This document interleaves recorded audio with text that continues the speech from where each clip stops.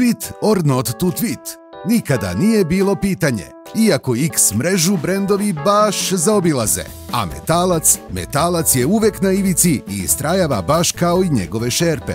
Naš izazov je bio da održimo status regionalno neprikosnovenog brenda na ovoj mreži. Onog čiji se sadržaj ne bazira samo na žalbama i prigovorima korisnika. Publika želi da reagujemo na sve aktuelne teme. Na primjer, kada je uprava grada Beograda donela odluku da se javni prevoz oboji u plavu boju, predložili smo unapređeni dizajn.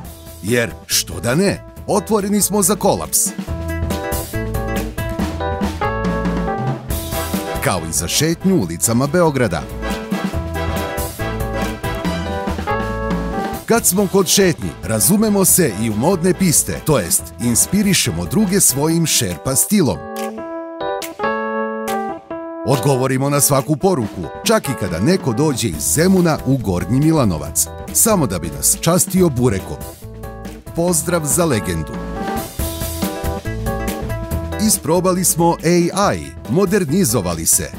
A šta bi jedan brend bio bez lifestyle-a i modernih Lonče i Gabbana torbica za plažu?